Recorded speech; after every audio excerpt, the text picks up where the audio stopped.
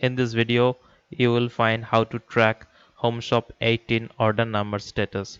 As you can see right now, I am on Google search engine and now type here Homeshop18 and now search it. You can see the top of the page, Homeshop18 official website. Click on it.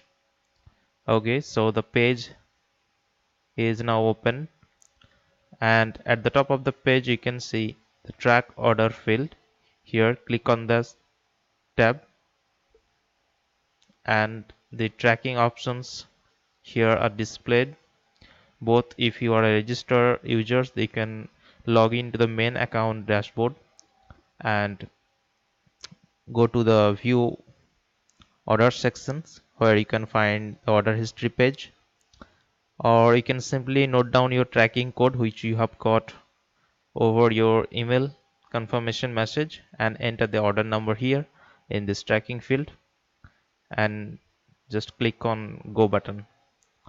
As it is in empty, it's not showing any result. As soon as you enter the tracking number, it will display the current order status. However, if you want to track the status via mobile, this information might be useful for you. We can check it out from their official website. Thank you so much.